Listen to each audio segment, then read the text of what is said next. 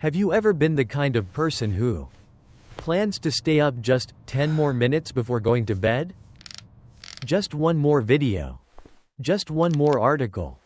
Just one more message to reply to. And then when you finally look up at the clock, it's already 1 a.m. And the funny thing is, you know very well that this isn't good. You know you'll feel tired in the morning. You know the next day your head will feel heavy, almost like it's wrapped in fog. You know you'll drink more coffee, feel more irritable, and struggle to focus. But the next night, you do the exact same thing again. I used to be like that too. There was a period when going to sleep after 1 a.m. became almost my default. Not because work forced me to, but because that was the only time of the day that felt like it truly belonged to me. No one texting. No one calling. No deadlines staring at me. Just the glow of a laptop screen. A glass of water. And a very familiar feeling. Just a little longer. Sometimes I would start writing a video idea at 11 p.m. At first, everything felt a bit slow. But around midnight, my mind would suddenly start moving much faster. Ideas connecting to other ideas. Sentences flowing naturally. And I would think to myself, see, I was right. Nighttime is when I work best. But the next morning, the story would be very different. I would wake up with a strange feeling. Not just simple sleepiness. More like, my mind was wrapped in a layer of cotton. Everything felt slower. Reading a paragraph meant reading it twice. Making small decisions took more effort than usual. Sometimes I even wondered, if I can work so efficiently at midnight, why do I feel like a lower power version of myself during the day? That was when I started reading more about sleep. Not the usual 10 tips for better sleep, but actual research about the brain. And one thing surprised me quite a bit. Staying up late isn't just about losing sleep. It's more like pushing your body's entire biological system out of its natural schedule.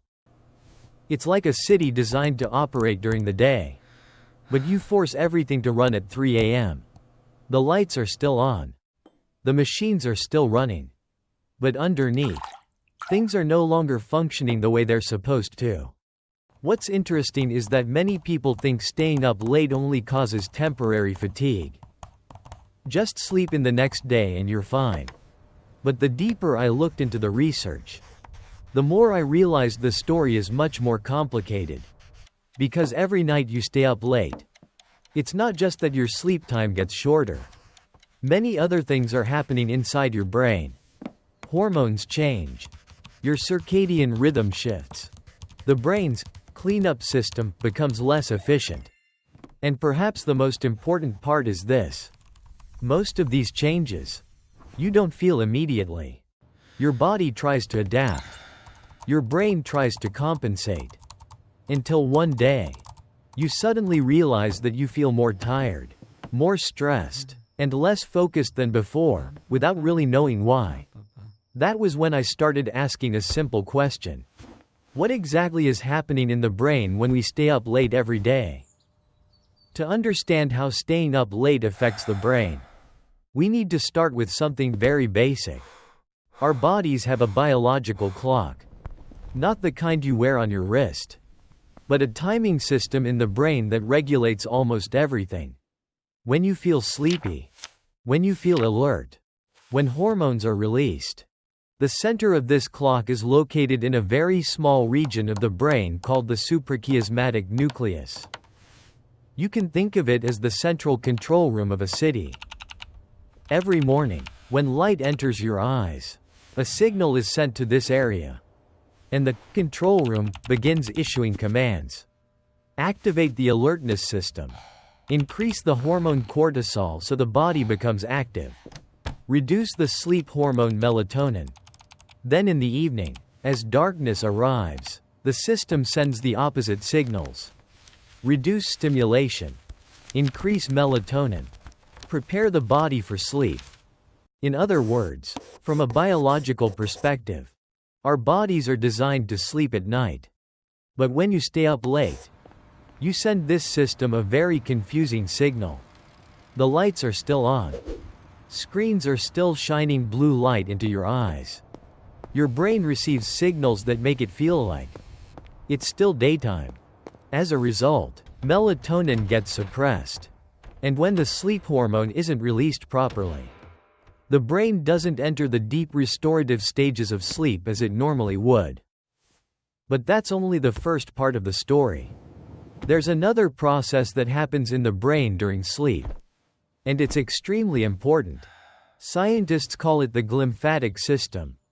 It sounds complicated, but the idea is actually quite simple. Throughout the day, when you think, work, and make decisions, your neurons are constantly active.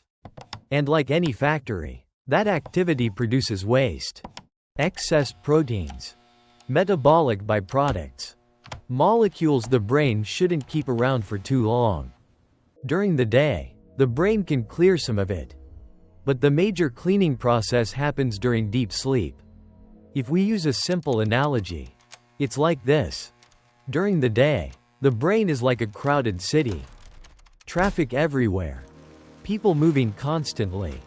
It's very difficult for garbage trucks to get in and clean the streets. But at night, when the city sleeps, the cleaning crews finally start working. Cerebrospinal fluid flows through brain tissue, washing away metabolic waste. And when this process happens regularly every night, the brain maintains a clean environment where neurons can function properly. The problem is that when you stay up late regularly, two things happen at the same time. First, the sleep hormone cycle becomes disrupted. Second, the time available for this brain cleanup process becomes shorter. It's not that the brain stops cleaning completely, but it's like giving the sanitation crew only 15 minutes instead of several hours. They still work. They just can't finish everything. Over time, these biological waste products can begin to accumulate. Some studies even suggest that chronic sleep deprivation may accelerate the buildup of proteins like beta amyloid, which are associated with neurodegenerative diseases. That doesn't mean staying up late a few nights will cause serious problems. The human body is quite good at compensating. But if staying up late becomes a daily habit, you're forcing your biological system to run out of sync for a long time. And here's the interesting, or perhaps concerning, part. Most of the consequences don't appear immediately.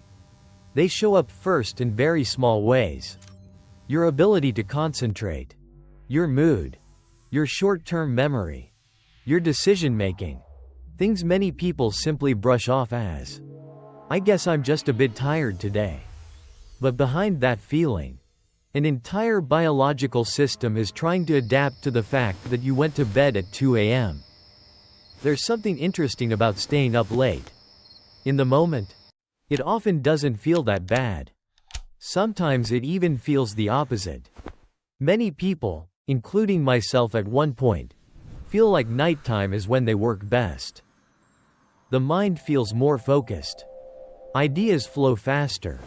There are fewer distractions. And that feeling isn't completely an illusion.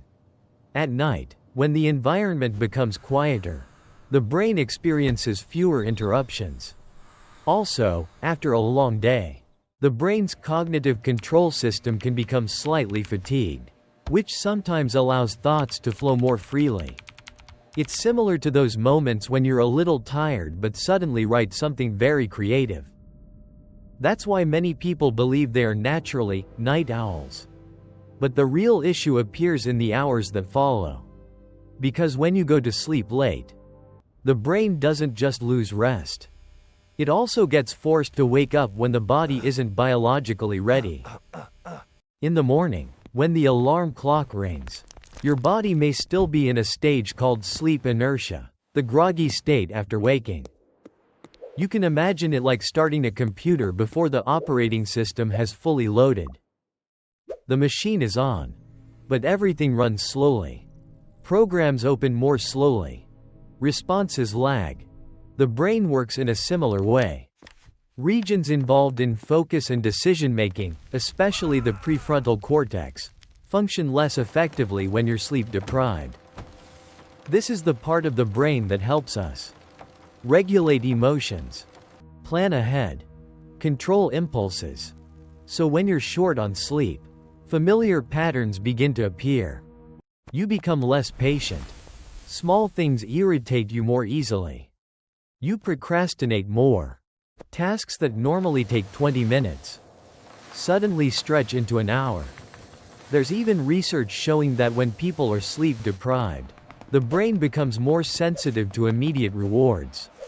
That helps explain why, when you sleep less, you crave sugary food more. You scroll on your phone longer.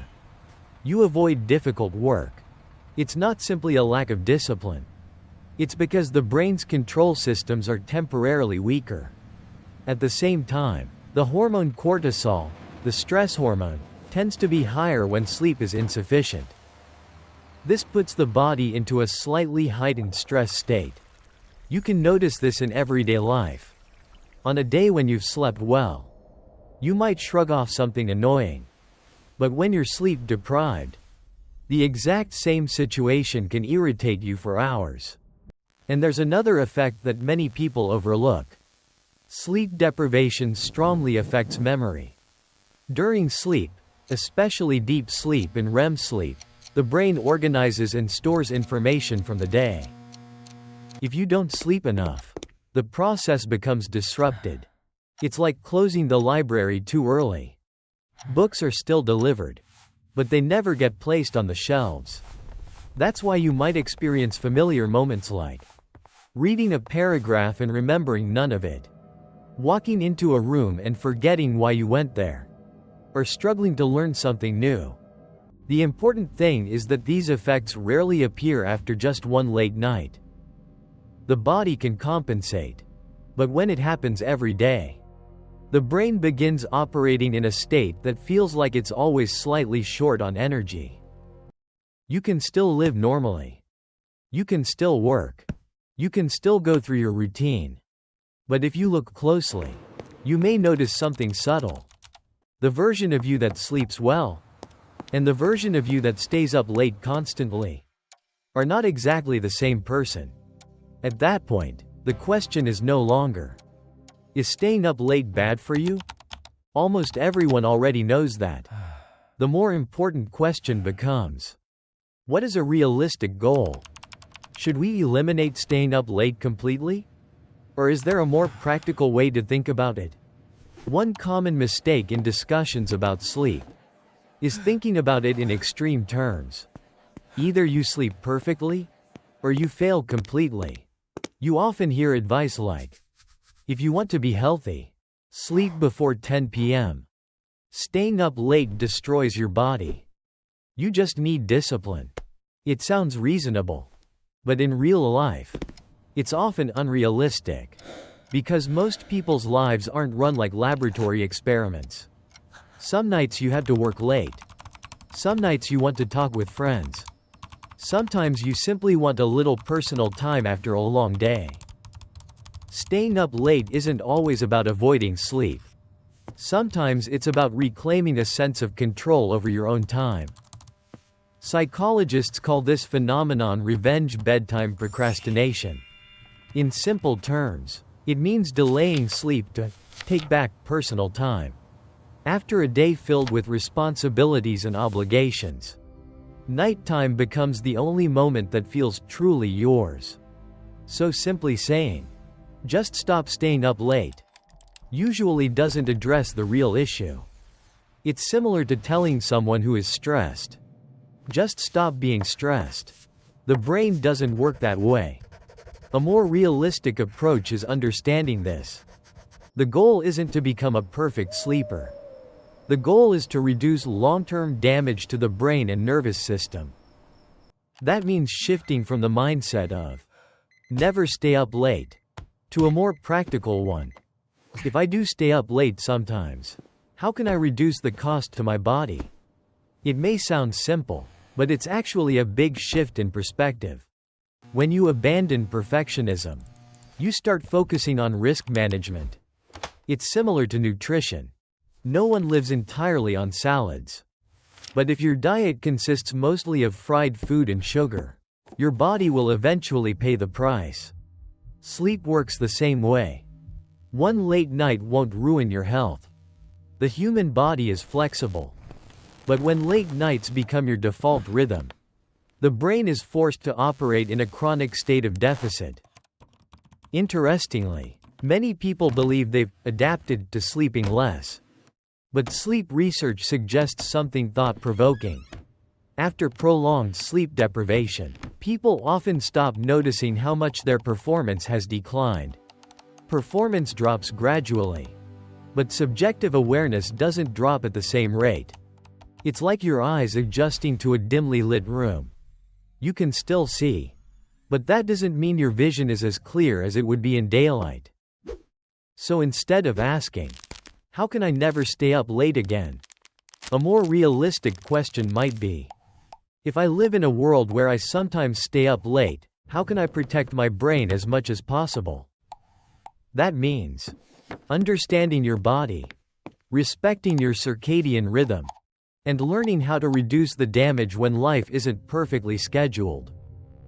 Not to optimize staying up late, but to avoid quietly harming your nervous system over many years. In the next part, we can talk about very practical things.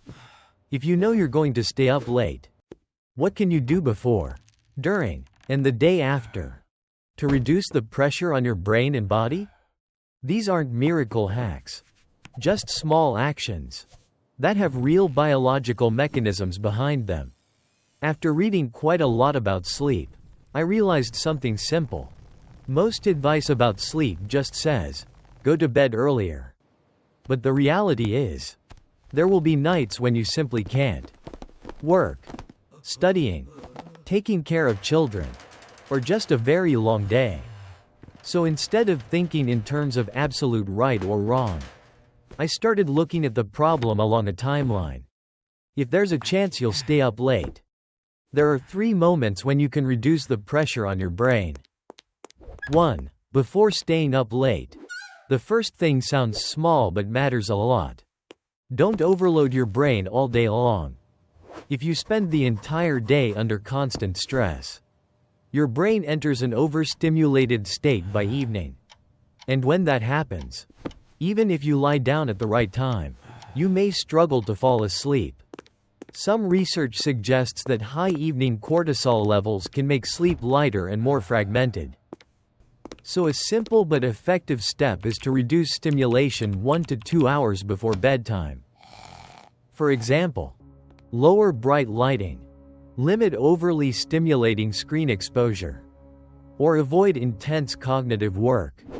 Not to force sleep, but to allow your biological signals to gradually shift toward nighttime mode. Like a city slowly preparing to close down for the night.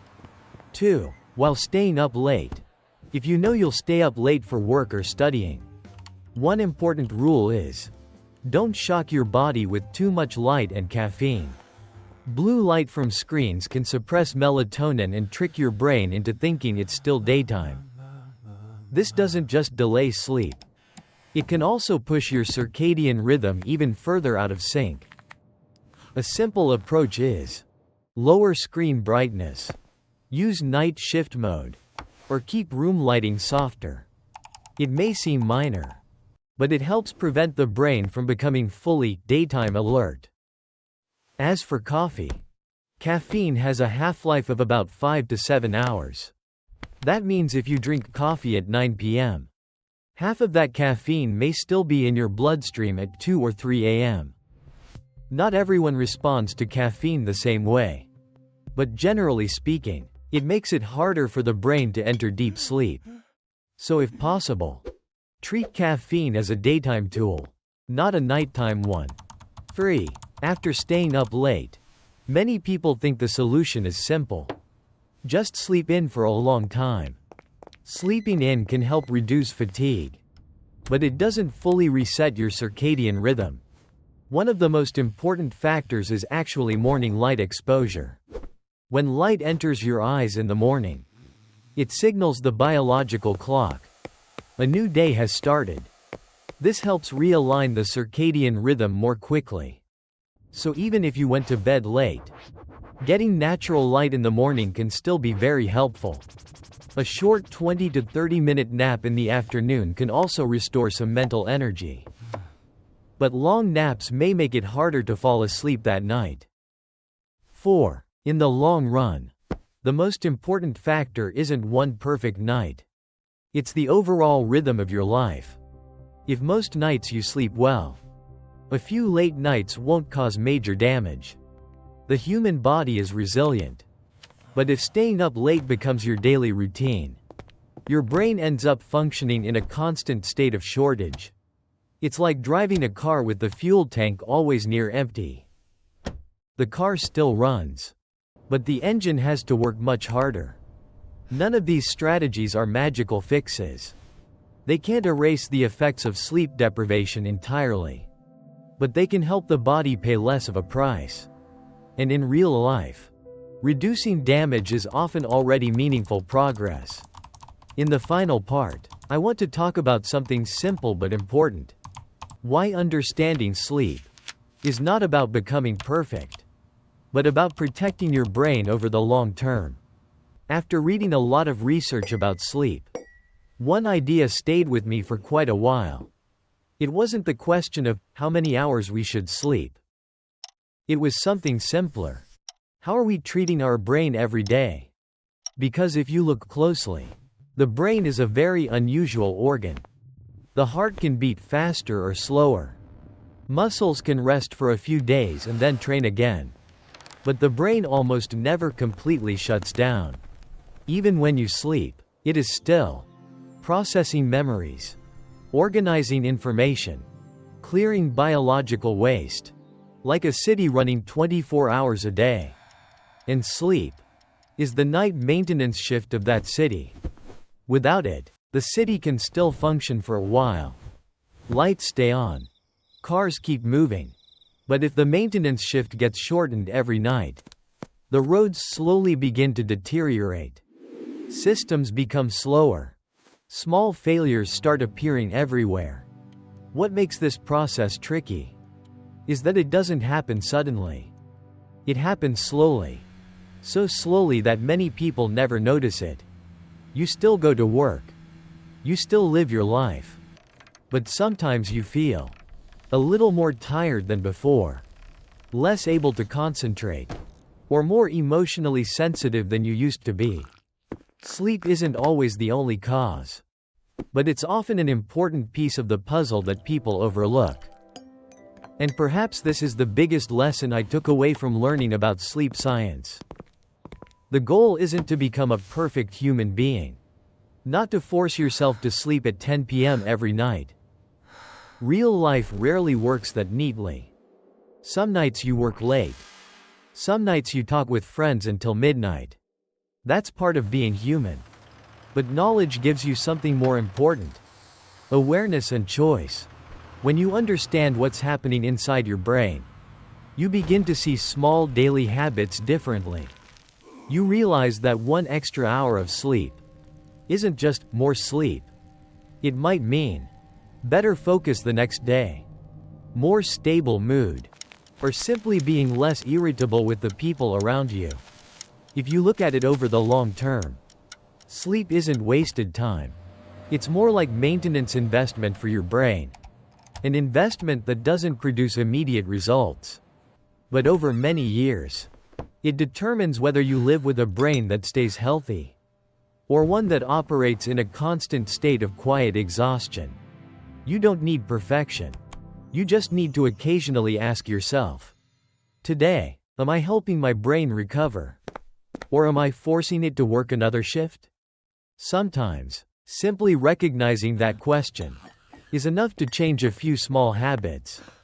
And sometimes, the small habits repeated every day are exactly what determine our health in the long run. The content in this video is intended for educational purposes and to share general scientific knowledge and personal reflections. It does not replace professional medical advice. If you have sleep-related disorders, neurological conditions, or are taking medications, please consult a qualified healthcare professional before making any significant changes to your sleep habits or lifestyle.